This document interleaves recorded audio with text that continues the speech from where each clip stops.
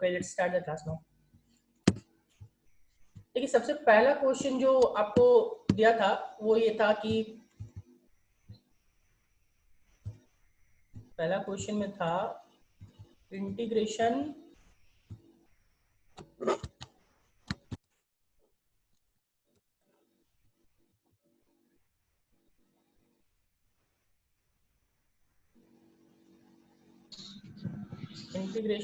e का power x cube और multiplication में था x स्क्वायर, राइट। मल्टीप्लिकेशन में है x स्क्वायर। तो मैंने पहले ही आपको थिंकिंग प्रोसेस बताया है कि थिंकिंग प्रोसेस में हम लोग को ये सोचना है कि सबसे पहले हम लोगों को ये सोचना है कि कौन सी ऐसी वैल्यू को t पुट करें कि जो बाकी बची हुई चीजें जो मल्टीप्लिकेशन में है वो हमारा dt हो जाए, ठीक है।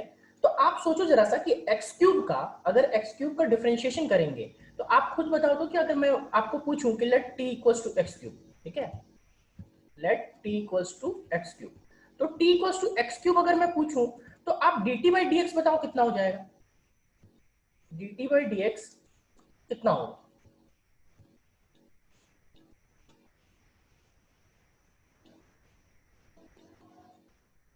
ठीक है, रुकम 3t स्क्वायर नहीं 3x स्क्वायर, 3x स्क्वायर, ठीक है। चलो, अब 3x स्क्वायर है तो सोचो कि 3x स्क्वायर है, right.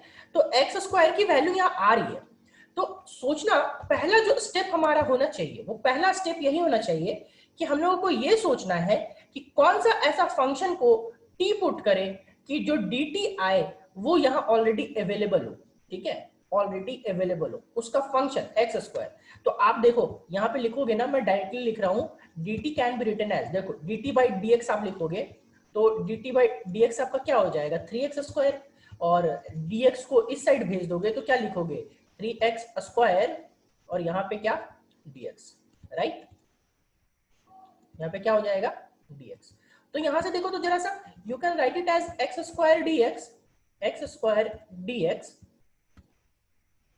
equals to dt by 3, equals to dt by 3, right. अब यहां पे आपका मान लो dt by 3 है, क्या हो रहा है, एक मिनट,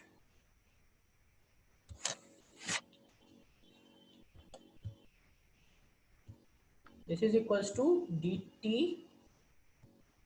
by 3 डिवाइडेड बाई 3।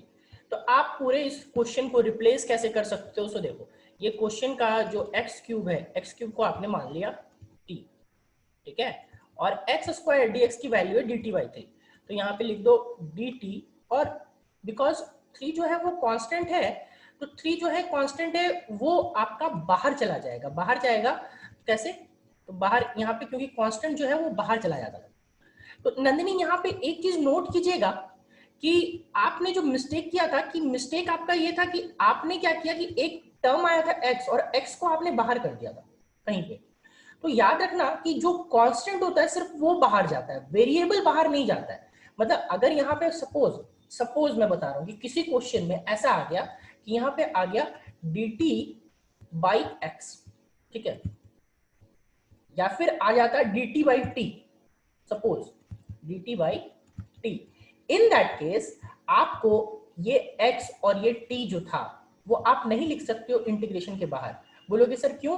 तो ये x is a variable, t is a variable, वो चेंज होता है, ठीक है, बट कांस्टेंट बाहर वो कर सकते हो, ठीक है।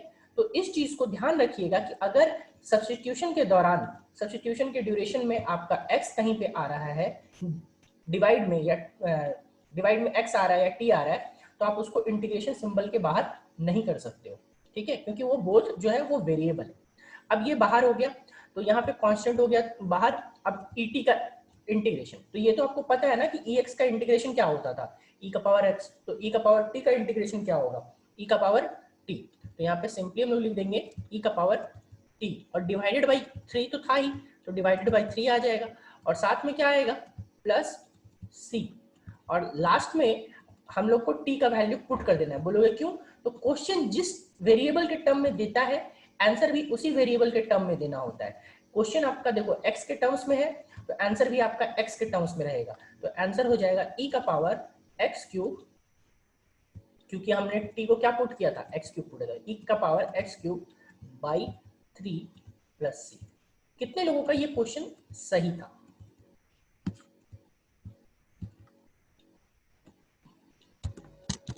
कितने लोगों का ये क्वेश्चन सही था, सो बताइए।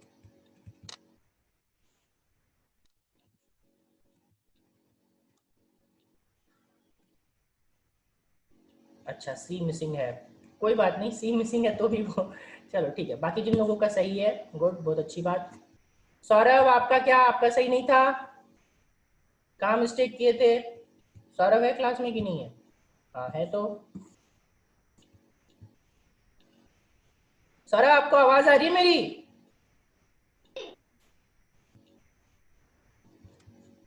सर थोड़ा मिस्टेक था। आपका सही था या नहीं था? सही था सर, पर थोड़ा मिस्टेक था। चलो इसके ऊपर चैट में बताओ, अगर आप आवाज नहीं आ रही है आपकी तो आप चैट में बताओ, ठीक है। इसके बाद हम लोग नेक्स्ट क्वेश्चन पे आते हैं। नेक्स्ट क्वेश्चन वाज कि x to the power x into integration x into a to the power x square dx। शायद नंदिनी आपने इसी क्वेश्चन में वो गलती की है कि x को आपने बाहर निकाल दिया है, ठीक है। तो यहाँ पे हम लोग सोचेंगे कि आप लोग खुद बताओ कि आपको दिख रहा है कि कौन सा फंक्शन को t पुट करना चाहिए, आप लोग बताओ। टी यू कुछ भी, टी यू जेड कुछ भी, क्या कौन से फंक्शन को हम लोग t पुट करेंगे?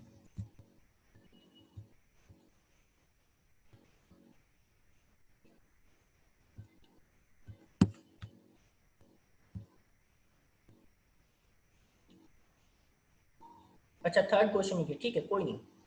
हाँ ठीक है, एक्स स्क्वायर, जिनको ये चीज फील हो रहा है कि एक्स स्क्वायर को पुट करना चाहिए, बहुत अच्छी बात है, मतलब आप प्रोसेस को समझ रहे हो कि हाँ ठीक है। अब बोलोगे कि एक्स स्क्वायर को क्यों पुट कर रहे हैं, तो एक्स स्क्वायर को इसलिए पुट करें क्योंकि यहाँ पे देखो साइड में ये एक्स जो है, ये वाला एक्स, ठीक है, दिस वन, ये डिफरेंशिएशन है किसका, एक्स स्क्वायर का। याद करो एक्स स्क्वायर का डिफरेंशिएशन इज 2x, तो 2x, तो 2 तो कांस्टेंट है, उससे मतलब नहीं है, लेकिन x है तो x कहीं ना कहीं प्रेजेंट है, देखो ये x प्रेजेंट है, इसीलिए एक्स स्क्वायर को हम लोग t पुट करते हैं, ठीक है।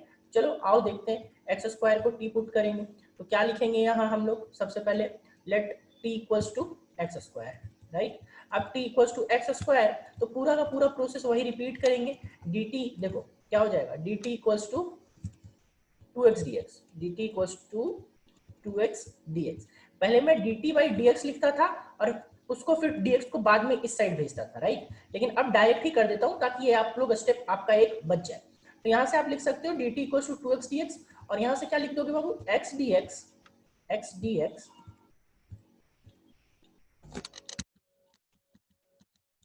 x dx इक्वल्स टू क्या, dt by 2, राइट।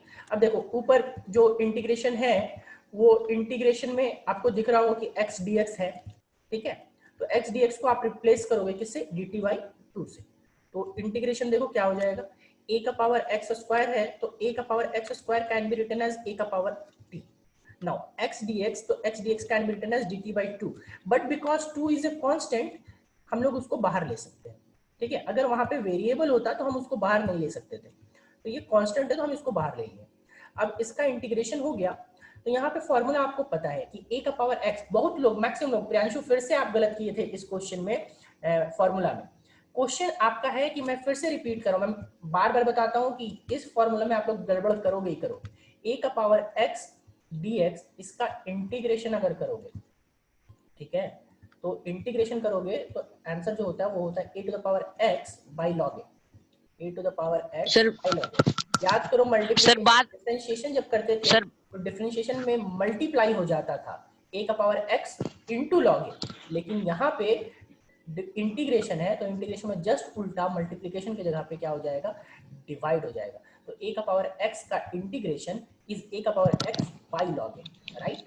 बट यहाँ पे a का पावर x नहीं है, यहाँ पे क्या a का पावर t, तो हम लोग क्या लिखेंगे, a का पावर t बाई लॉग ए, ठीक है, बाई लॉग ए। लेकिन यहाँ पे 2 भी है बाहर, तो यहाँ पे लिखना होगा 2 टाइम्स ऑफ लॉग ए, ठीक है। सर प्लस क्या बाद में मैंने सही किया था सी। मगर क्या इतना पे आंसर छोड़ेंगे? बताओ, क्या इतना पे आंसर हम लोग रहने दें? क्या यही सही आंसर है या नहीं है? इज इट करेक्ट और नॉट? क्या यहाँ पे छोड़ दे?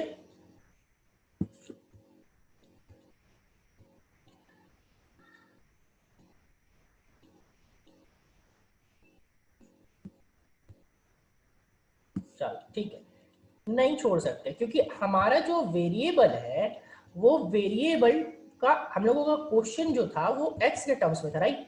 तो answer we have to give the answer in the terms of x only.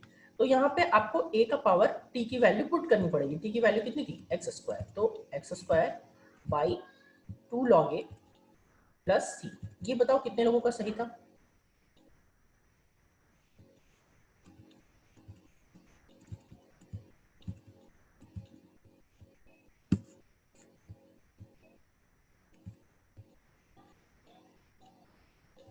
हाँ हाँ, आपने तुरंत भेजा था फिर जब मैंने बताया था प्रियांशु तो इसके बाद आपने भेजा था। चलो ठीक है, कोई नहीं। बाकी लोगों को किसका सही था?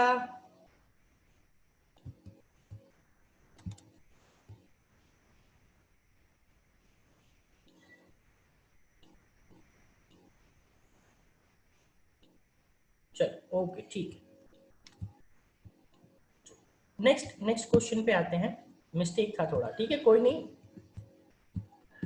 नेक्स्ट हम लोग क्वेश्चन पे आते हैं। नेक्स्ट क्वेश्चन वाज e का पावर 3x, ठीक है, इंटीग्रेशन ऑफ e का पावर 3x। ये बहुत आसान सा क्वेश्चन दिया था क्योंकि इसमें कुछ पावर वावर नहीं है, इसमें तो सोचना ही नहीं है। आप लोगों ने ही बोला था लास्ट क्लास में, आपने बताया भी था कि सर 3x को t पुट करेंगे, तो बहुत आसान था। क्या t इक्वल्स टू पुट कर दीजिए आप, क्या 3x, राइट? और t इक्वल्स टू 3x, तो आप खुद जानते हो कि dt इक्वल्स टू क्या हो जाएगा? 3dx, ठीक है, dt इक्वल्स टू 3dx, क्योंकि dt by dx equals to 3 होता है। तो dt by dx equals to 3, तो dt इक्वल्स टू 3dx। और यहाँ से क्या लिख सकते हो? dx आप सीधा लिख सकते हो कि dx, आप सीधा लिख सकते हो कि dx equals to dt by 3, right? dt divided by 3। अब क्या करोगे? अब यहाँ पे रिप्लेस कर देंगे। रिप्लेस करेंगे तो इंटीग्रेशन e का पावर 3x, तो 3x यानी कि क्या?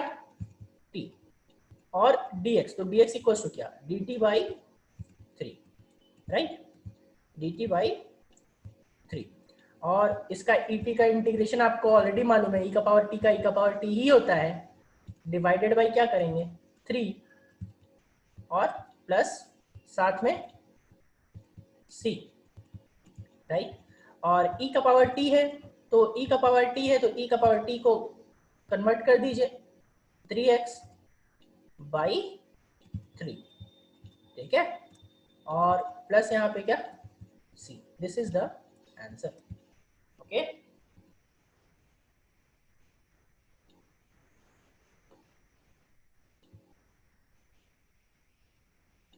Is it clear now?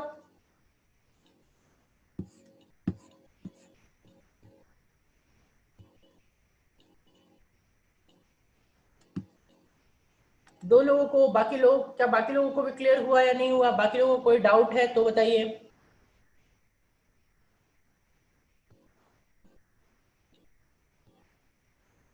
हाँ खुशबू, अपने साइड से अनम्यूट कीजिए, पूछिए क्या डाउट है। सर फर्स्ट वाले क्वेश्चन में भी सिर्फ EX का ही इंटीग्रेशन किए, एक्स स्क्वायर का क्यों नहीं किए? शॉर्ट ट्रिक है, बट वो मैं बता, इंटीग्रेशन e का power x4 x square dx को कैसे बनाए? ओके, e का पावर,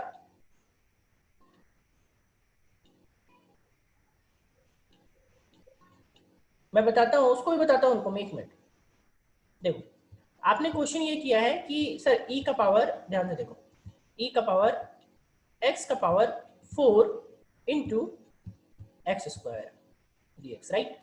देखो, ये डायरेक्टली हम लोग नहीं बना सकते हैं। क्यों नहीं बना सकते? क्योंकि मैंने पहले ही बताया था कि आपको x का पावर 4 है यहाँ पे, तो यहाँ पे 4x³ रहना चाहिए। देखो, x का पावर 4 को आप डिफरेंशिएट करो, तो x का पावर 4 को जब आप डिफरेंशिएट करोगे तो क्या हो जाएगा बाबू?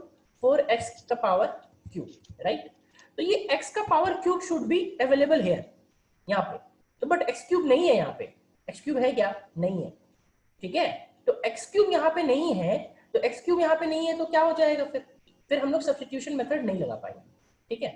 तो but we have an option कि आपके पास आइलेट का एक ऑप्शन आता है, ठीक है। कैसे, वो मैं प्रोसेस बताता हूँ, बट वो अभी आपको यूज नहीं है, फिजिक्स में यूज नहीं है, वो आगे जाके आप मैथ्स में पढ़ोगे 12th में, राइट। मैं प्रोसेस फिर भी बता दे रहा हूँ। देखो हम लोग क्या करेंगे कि फिर से हम लोग मान लेंगे कि t को आप मान लो x का पावर 4, राइट, और t को आप मान लो x का पावर 4, और आप यहाँ पे क्या लिख सकते हो, देखो तो dt बाई डी एक्स, अभी जो मैंने लिखा कि dt बाई डी एक्स, तो या फिर dt equal to 4x cube और यहाँ पे क्या dx, राइट। अब देखो इसको मैं थोड़ा सा अरेंज कर रहा हूं, तो अरेंज कर रहा हूं तो आप यहाँ पे लिख पाओगे dt, देखो ध्यान से देखना, dt by 4x, dt by 4x, dt by 4x equals to x square dx, ठीक है, ये लिख सकते हैं हम लोग। और क्या करेंगे, इसको एक्स स्क्वायर dx की वैल्यू यहाँ पे पुट कर देंगे, और साथ में यहाँ पे x का पावर 4 जो है, इसको देखो आप यहाँ से एक चीज और लिख सकते हो, क्या लिख सकते हो, देखो तो आप यहाँ पे लिख सकते हो कि x का पावर 4 है, तो आप लिख सकते हो x इक्वल टू टी का पावर 1/4, ऐसा लिख सकते हो ना। याद करो कि अगर x स्क्वायर रहता था तो दूसरी साइड में हम लोग उसको रूट टी लिखते थे, ऐसा कुछ। देखो अगर x स्क्वायर है और ये इक्वल्स टू टी होता था, तो आप यहाँ पे क्या करते थे, लिखते थे x equals to root t, ऐसा होता था ना, ठीक है। तो इसी तरह हम लोग क्या करेंगे कि x का पावर 4 इक्वल्स टू अगर t रहेगा, ठीक है, x का पावर 4 इक्वल्स टू t रहेगा, तो हम लोग क्या करेंगे, x का power x is equals to t का पावर 1/4, राइट, ये चीज हो गया।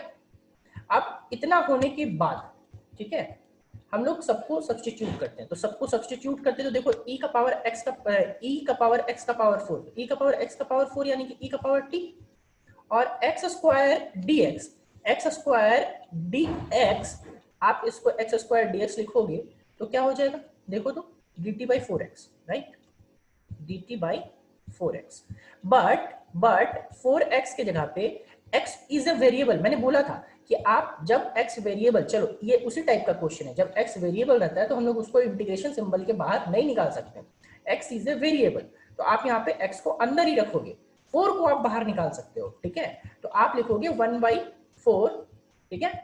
नाउ इंटीग्रेशन e का पावर t, और देखो नीचे x है ना, तो नीचे x है तो x की वैल्यू तो आप निकाल चुके हो ऑलरेडी, क्या निकाल चुके हो, t का पावर 1/4, राइट, t का पावर 1/4, नाउ मल्टीप्लाई करोगे क्या dt, राइट। अब इसके बाद इसको क्या करोगे, इसको थोड़ा सा और सॉल्व करेंगे, 1/4 this can be written as integration, ठीक है, e का पावर t, e का पावर t इंटू t का पावर -1/4, t का पावर -1/4 इंटू dt, ये पहुंच गए हम लोग आइलेट पे। बोलोगे सर आइलेट क्या है, तो अब इसके बाद मैं थोड़ा सा आपको आइलेट, बिकॉज ये क्वेश्चन आया है मैं इसीलिए बता रहा हूं, वरना ये क्वेश्चन हम लोगों को कोई काम का नहीं है, मैथ्स में काम आता है, ठीक है। देखो हमारे पास कोई फंक्शन रहता है u v into D x, ठीक है। अब ऐसा मल्टीप्लीकेशन वाला मैंने रूल बताया नहीं है, मल्टीप्लीकेशन वाला रूल का एक अलग ही फॉर्मूला होता है, ये मैंने आपको ऑलरेडी दिया हुआ है, इसको मान देखो। आइलेट क्या होता है ना कि हमारे पास एक आइलेट का मतलब हुआ आइलेट, तो आइलेट का जो फुल फॉर्म होता है वो हमारा आई फॉर होता है inverse function, inverse trigonometric function, ठीक है। बोलोगे ये क्या है सर, तो ये प्रेफरेंस ऑर्डर है कि किसको u मानना है और किसको v मानना है, राइट, प्रेफरेंस ऑर्डर बोलते हैं इसको हम लोग, ठीक है। प्रेफरेंस ऑर्डर आई होता है इनवर्स ट्रिग्नोमेट्रिक फंक्शन, ये मैं सारा मैथ्स का बता रहा हूँ, फिजिक्स में कुछ काम नहीं है इसका, इनवर्स ट्रिग्नोमेट्रिक फंक्शन, ठीक है। नेक्स्ट एल जो है वो होता है logarithmic function, logarithmic function, logarithmic function, logarithmic function मतलब आपका लॉगरिदम्स वगैरह जो बताया था ना वो, ठीक है।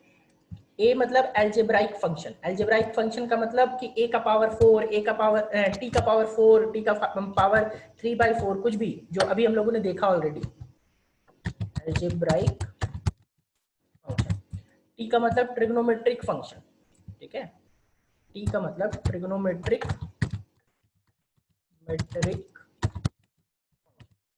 ठीक है। ई का मतलब एक्सपोनेंशियल फंक्शन, ई का मतलब एक्सपोनेंशियल फंक्शन, राइट। अब इसका फॉर्मूला कैसे लगाना है, तो ये था हम लोग का u और v मानने का प्रेफरेंस ऑर्डर, मतलब कि u किसको मानना है और v किसको मानना है। u हमेशा से इस ऑर्डर में मानेंगे, अगर पहला इनवर्स ट्रिग्नोमेट्रिक फंक्शन है तो उसको u मानेंगे, पहले लॉगरिदमिक फंक्शन है तो उसको u मानेंगे, ठीक है। अब इसका जो फॉर्मूला होता है, ठीक है, इसका फॉर्मूला क्या होता है, सो देखिए यहाँ पे, देखिए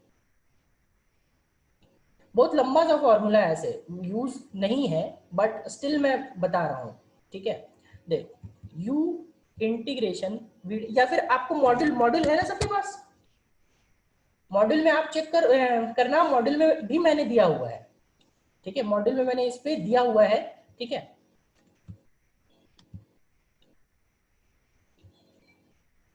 आप लोग पहले ये बताओ, ये वाला क्वेश्चन का आपको मेथड समझ में आया, ये क्वेश्चन यहाँ तक मेथड आप लोगों को क्लियर है, तो बताओ मुझे, क्या यहाँ पे वैल्यू समझ में आ गई कि आपको हम लोगों को वो चीज कोई दिक्कत नहीं है, वो जो मैंने फॉर्मूला आपको बताया था ऑलरेडी, कौन सा, सब्स्टिट्यूशन वाला, राइट। तो सब्स्टिट्यूशन वाला तभी तक आपका वैलिड है, सब्स्टिट्यूशन वाला तभी तक आपका वैलिड है जब तक आपका क्या हो कि हमारा, जब तक हम लोग का वहां पे उसका डिफरेंशिएशन अवेलेबल हो, राइट। अवेलेबल रहेगा अगर डिफरेंशिएशन, तो हम लोगों को कोई दिक्कत नहीं है। जैसे x4 था, तो x4 था तो वहां पे x³ प्रेजेंट होना चाहिए, बट अगर हम लोगों को x4 के जगह पे x³ प्रेजेंट नहीं है, इन दैट केस ओनली हम लोग क्या करेंगे, उसको कन्वर्ट करेंगे आपका किसके टर्म्स में, इसके फाइनल के टर्म्स में, मतलब कि आइलेट का यूज वहां पे होगा। तो आइलेट का यूज करने पे हम लोगों को एक ऑर्डर ध्यान में रखना होता है, क्या ऑर्डर ध्यान में रखना होता है, आइलेट, ठीक है। आइलेट का ऑर्डर मतलब किसको u मानना है और किसको v मानना है, राइट। और u और v मानना है तो u और v मानने के टाइम हम लोग क्या करेंगे, u और v मानने के टाइम हम लोगों को साथ में ये ध्यान रखना है कि इस जगह पे देखो, जैसे ये u, अभी आप इस ऑर्डर में देखो, नया वाला मैं दिखा रहा हूँ, इसमें देखो तो सबसे ज्यादा एक्सपोनेंशियल फंक्शन किसका प्रायोरिटी ऑर्डर ज्यादा है, कौन पहले है, अलजेब्राइक फंक्शन पहले है ना, सब देखिए इसमें कौन सा फंक्शन पहले है, अलजेब्राइक फंक्शन पहले है और फिर एक्सपोनेंशियल फंक्शन है। तो इस देखो यहाँ पे अलजेब्राइक कौन सा है, टी वाला, राइट। तो इसको मानेंगे u और इसको मानेंगे v, ठीक है। क्या ये बात मेरी समझ में आई सबको कि u कैसे मानना है और v कैसे मानना है, क्योंकि इस ऑर्डर में देखो पहले क्या फंक्शन था, अलजेब्राइक फंक्शन है ना, और बाद में क्या है, बाद में है आपका क्या, exponential function, exponential function e। तो u मानेंगे आप t को और e का पावर t को मानेंगे v। क्या ये चीज क्लियर हुआ सबको कि u कैसे मानना है और v कैसे मानना है। टेंशन नहीं लीजिए विपुल, सब स्क्रीनशॉट मैं शेयर कर दूंगा, स्क्रीनशॉट जैसे शेयर करूंगा तो आप नोट्स बना लेना, फिलहाल आप समझो, ठीक है। u कैसे मानना है, v कैसे मानना है, पता चल रहा है। इसके बाद मैं इसका एप्लीकेशन बताऊंगा, फॉर्मूला भी बताऊंगा, ठीक है। लेकिन आप लोग पहले ये क्लियर करो कि u किसको मानना है, v किसको मानना है, ये चीज क्लियर हो पा रहा है।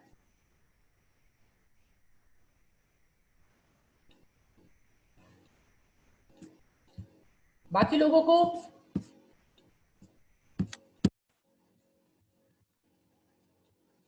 चलो ठीक है। आप ये प्रायोरिटी ऑर्डर हमेशा याद रखना आइलेट का। तो इसके बाद जो हमारा फॉर्मूला होता है वो फॉर्मूला होता है u इंटीग्रेशन v dx, ठीक है, u times of integration v dx। साफ देख के डरना नहीं है, बहुत लंबा सा फॉर्मूला है ये, ठीक है, minus integration du by dx minus integration du by dx, ठीक है, इंटीग्रेशन du बाई dx और इंटीग्रेशन v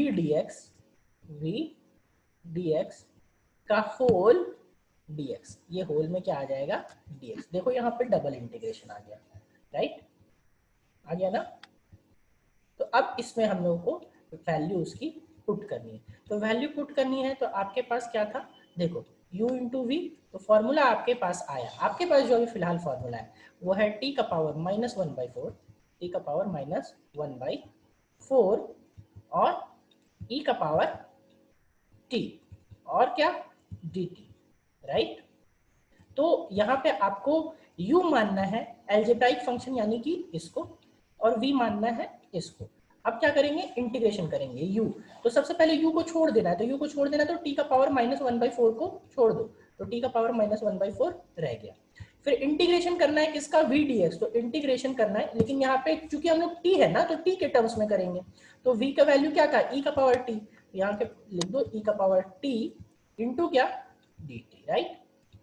नाउ क्या भाई, यहाँ पे आप इंटीग्रेशन du बाई dx, तो du बाई dx यानी कि t का पावर -1/4 का डिफरेंशिएशन, तो -1/4 का डिफरेंशिएशन करोगे, यहाँ पे आएगा -1/4, ठीक है, -1/4, और t का पावर -1/4, तो पावर में आप क्या करोगे, t का पावर -1/4 -1/4 और -1, ठीक है, ये आ गया स्टेप। और फिर से इंटीग्रेशन v dx, तो इंटीग्रेशन v dx, तो इंटीग्रेशन v dx यानी कि integration et dt, integration et dt, right, और इंटीग्रेशन et dt आ जाएगा, और यहाँ पे क्या टोटल का dt, ठीक है। तो ये लंबा चलता जाएगा, आगे जाके हम लोग इसको सॉल्व करेंगे। कैसे सॉल्व करेंगे, देखिए t का पावर -1/4, t का पावर -1/4 और e का पावर t का इंटीग्रेशन यानी कि e का पावर t, फिर ये माइनस रहेगा और ये माइनस माइनस क्या हो जाएगा, प्लस हो जाएगा, प्लस t का पावर -1/4 -1 किए हो तो ये -4 एलसीएम जाएगा, -4 एलसीएम जाएगा तो क्या हो जाएगा, -5/4 -5/4, ठीक है, और ये 1/4 बाहर आ जाएगा, तो ये 1/4 यहाँ पे आ गया, और e का पावर t का इंटीग्रेशन ऑलरेडी मालूम है कि e का पावर t dt, राइट। अब ये जो फंक्शन आपके पास आया, ये फंक्शन का आपको फिर से इंटीग्रेशन करना होगा, तो ये लंबा इतना चलता जाएगा। मैथ्स में वी कैन सॉल्व इट, आपको फर्दर ये सॉल्व कर सकते हैं, बट हमें फिजिक्स में इतना जरूरत नहीं है। तो क्या समझ में आया कि वैसा, रुको आपका क्वेश्चन का जवाब मिल गया कि वैसा क्वेश्चन आएगा तो कैसे सॉल्व करेंगे।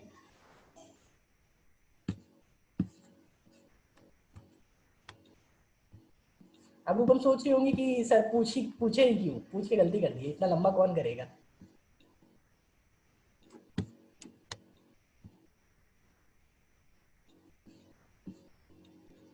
नहीं, बिल्कुल शॉर्टकट मेथड नहीं है सौरभ, कोई शॉर्टकट मेथड नहीं है। ये मैथ्स का one of the most longest question में आता है, इंटीग्रेशन का जो आइलेट होता है वो one of the most longest question में आता है मैथ्स का। तो इसका कोई शॉर्टकट नहीं है, हमारे पास कुछ नहीं है, ठीक है, we can't do anything about it. हम लोगों को ये लंबा मेथड फॉलो करना ही पड़ेगा, ठीक है, आइलेट में, एटलीस्ट आइलेट में। बट इसीलिए मैं शुरू में ये बताने के मूड में नहीं था, क्योंकि ये पूरा का पूरा मैथ्स का पार्ट है, पूरा का पूरा प्योरली मैथ्स है। अब ये सारी चीजें जो ऊपर वाली चीजें बताई ना, ये कहीं कहीं फिजिक्स में यूज आता है, ठीक है, बट ये जो चीजें अभी ये जो क्वेश्चन डील किया है, यहाँ पे आप लिख लो ओनली फॉर मैथ्स, यहाँ पे मैं लिख दे रहा हूँ ओनली फॉर मैथ्स, राइट। मैंने मॉड्यूल में जो मॉड्यूल मैंने दिया है आपको, उसमें मैंने ये फॉर्मूला का मेंशन किया है, बट इसके बेसिस पे मैंने क्वेश्चन नहीं दिया है, क्योंकि मुझे मालूम है कि ये कहीं पे, ठीक है, क्योंकि मुझे मालूम है कि सबका शॉर्टकट टेक्निक्स नहीं होता अंशु। प्रोसेस शॉर्टकट टेक्निक्स निकालने के लिए ना, मुझसे ज्यादा शॉर्टकट आपको कोई नहीं बताएगा, बट इस मेथड का कोई शॉर्टकट टेक्निक नहीं है, आइलेट का कोई शॉर्टकट टेक्निक नहीं है, क्योंकि इसमें बहुत से वेरिएशन पॉसिबल है। जो जिस क्वेश्चन में बहुत ज्यादा वेरिएशन पॉसिबिलिटी होती है ना, उस जगह पे शॉर्टकट फेल हो जाता है। शॉर्टकट में आपका लिमिटेशन होता है कि हाँ ऐसे क्वेश्चन होंगे तभी शॉर्टकट अप्लाई होगा, और अगर वो नहीं होगा तो शॉर्टकट अप्लाई नहीं होगा। इंटीग्रेशन में बहुत सारी ऐसी चीजें हैं जिसका मैं आपको शॉर्टकट बता दूंगा, बट आपको वो मेथड जो है हर जगह पे काम नहीं आएगा, वैसा कुछ उसका लिमिटेशन होता है। तो इस केस में हम लोग कोई शॉर्टकट लगा नहीं सकते। ठीक है। तो आईलेट के लिए टेंशन नहीं लीजिएगा, ये जो बताया ये ओनली फॉर योर नॉलेज है, आगे मैथ्स के लिए है, बाकी इसका कोई यूज नहीं है, राइट। हाँ, आपको मैं इसी के बेसिस पे एक क्वेश्चन दे देता हूँ, आप उसका इंटीग्रेशन जरूर करोगे तो आपको समझ में आ जाएगा। ये बनाने में ब्रेन हैंग नहीं होता, नहीं ऐसा कुछ नहीं है सौरभ, जैसे ये मैंने आपको डायरेक्टली यहाँ पहुंचा दिया ना। जब आप इंटीग्रेशन पढ़ोगे तो आपको पहले 5-7 एक्सरसाइज बेसिक्स का इंटीग्रेशन है। मैंने इंटीग्रेशन कितना पढ़ाया आपको, बेसिक्स पढ़ाया है। पहले आप 5 एक्सरसाइज 6 एक्सरसाइज, और ईच एक्सरसाइज में आपको एटलीस्ट 25 क्वेश्चन 25-30 क्वेश्चन है, तो मिनिमम बता रहा हूँ मैं। तो आप पहले 100 क्वेश्चन इंटीग्रेशन का करोगे, देन आप इस एक्सरसाइज पे पहुंचोगे, आईलेट वाला आपको 12th में छठा या 7वां एक्सरसाइज इंटीग्रेशन का आप जब स्टार्ट करते हो तो 7वां एक्सरसाइज में ये पहुंचते हैं आईलेट पे, ठीक है। तो उसके पहले आप बहुत ज्यादा क्वेश्चन कर चुके होते हो, तो हैबिचुएटेड जब हो जाते हो तो वो उतना ये नहीं लगता है। चलो, मैं लेकिन आईलेट के ही बेसिस पे मैं आपको एक क्वेश्चन दे रहा हूँ ताकि आपका क्लियर हो जाए। ये होमवर्क है आपका, ठीक है, ट्राई करना, ठीक है। क्वेश्चन इज, 2 क्वेश्चन दूंगा, एक है आपका इंटीग्रेट द फॉलोइंग। इंटीग्रेट, आपको याद करो log x का, मैंने बताया आपको कि log x का ये डिफरेंशिएशन, लेकिन log x का इंटीग्रेशन अभी तक आपने नहीं पढ़ा, राइट। तो मैं यहाँ पे अभी पहला जो क्वेश्चन है वो log x का इंटीग्रेशन ही है। तो इंटीग्रेशन ऑफ log x क्या होगा, पहला क्वेश्चन जो है कि integration of log x, integration of log x dx, ठीक है। देखो, अब इसमें आप बोलोगे कि सर इसमें आईलेट कैसे लगाएंगे, यहाँ तो एक ही फंक्शन देखना है, राइट। अब तो आईलेट जब भी लगता है तो उसके लिए 2 फंक्शन होने चाहिए। देखो यहाँ पे 2 फंक्शन है ना, u और v, ठीक है। तो आपको माइंड में ये आएगा कि सर यहाँ पे आईलेट तो ये लगा नहीं सकते हम लोग, क्योंकि 2 की जगह एक ही फंक्शन है। But this can be written as, आप सोचना, this can be written as log x है, तो log x can be written as 1 dot log x। सोचो, 1 dot log x, and 1 is what, constant, 1 is constant, ठीक है। अब 1 is constant तो आप 1 को लिख सकते हो ना, इंटीग्रेशन x का पावर 0, x का पावर 0 इज व्हाट, x का पावर 0 इज 1, ठीक है।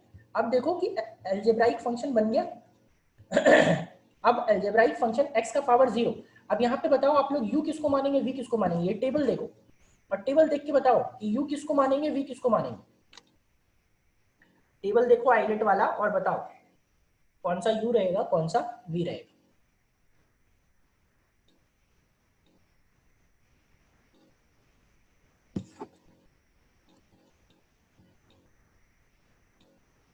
u इज, चलो और बाकी लोग, ठीक है, गुड। log वाला will be u, this one will be log x will be u and this one will be v। तो मैंने एक हिंट दे दिया आपको, आपको यहाँ के आगे सॉल्व करना है, राइट। ये इसके की चीजें आप सॉल्व करके रखना। आईलेट में बस एक ही क्वेश्चन अभी दे रहा हूँ फिलहाल, ठीक है। बाकी अभी कोई डाउट है आईलेट में या पुराने चीजों में तो बताओ। और दूसरा भी, मैं ये आईलेट का एक ही क्वेश्चन है, बाकी दूसरा क्वेश्चन जो है वो और प्रैक्टिस कीजिएगा ताकि आपको और क्वेश्चन जो है हम लोग उस पर कर ले, और इसके बाद इंटीग्रेशन, नेक्स्ट क्लास इंटीग्रेशन आपका ओवर कर दूंगा मैं, ठीक है। तो इसके लिए और 2-4 आप क्वेश्चन कर लो। 2x, मान लो यहाँ पे 2x + 3 dx, ठीक है, ये इंटीग्रेट करना है। तीसरा है यहाँ पे इंटीग्रेशन 5/x² dx, ठीक है। चौथा है इंटीग्रेशन 10/x dx, ठीक है। पांचवा क्वेश्चन है इंटीग्रेशन k बाई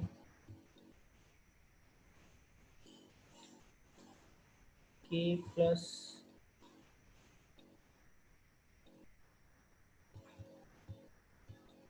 k को रहने दो, k इज ए कांस्टेंट ले लेना, ठीक है। k + x, k is a constant, k is what, k is a constant, ठीक है। 5 क्वेश्चन ये हुआ। नेक्स्ट क्वेश्चन पे आते हैं, 6 क्वेश्चन पे इंटीग्रेशन बाय सब्स्टिट्यूशन का और क्वेश्चन करते हैं। Integration of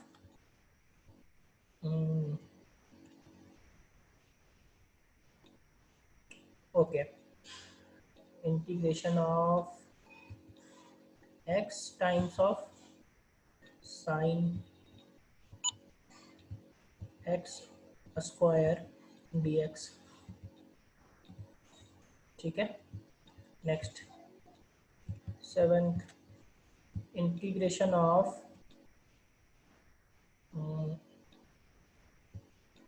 x square times of tan x cube dx, चलो ठीक है। 8th नंबर का क्वेश्चन आ जाओ, और इंटीग्रेशन, चलो एक चीज़ और दे देता हूँ। अच्छा डेफिनेट तो अभी बताया ही नहीं है, चलिए ठीक है। 2x प्लस 3 का होल पावर, 2x प्लस 3 का होल पावर 2 dx, ठीक है। 9th, integration cos 3x dx। 10th, integration cot 4x dx, चलिए ठीक है। इसमें सोचिएगा सब सब जो है वो सब्स्टिट्यूशन से बनेगा, बस लास्ट जो फर्स्ट वाला है वो आइलेट से बनेगा, ठीक है। चलिए